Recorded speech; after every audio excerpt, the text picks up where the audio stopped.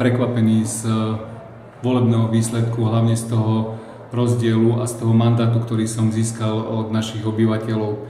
Veľmi sa z toho teším. Ja sa chcem poďakovať všetkým mojim voličom za hlasy, ktoré mi odovzdali, za podporu ľudí, ktorí ma spontánne aj zastavovali na ulici a hovorili proste, ako ma budú voliť, hoci to boli cudzí ľudia. Aj podnikateľom, ktorých ani nepoznám a žiadali si moje plagáty, všetkým mojich podporovateľov, ľuďom, ktorí pracovali aj na mojom volebnom programe, aj na celej volebnej kampani. Ja som sa vo volebnej kampani zameral hlavne na to, čo chcem pre mesto urobiť. Povedal som si, že tá kampaň bude slušná, nebudem nikoho osočovať a som rád, že to tak aj zostalo.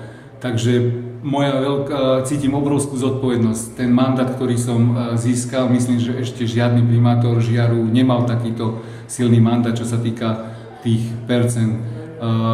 Ja sľubujem, že budem robiť všetko preto, aby som obyvateľov nášho mesta nesklamal, aby si o 4 roky mohli povedať, že sa dobre rozhodli. Ďakujem veľmi pekne.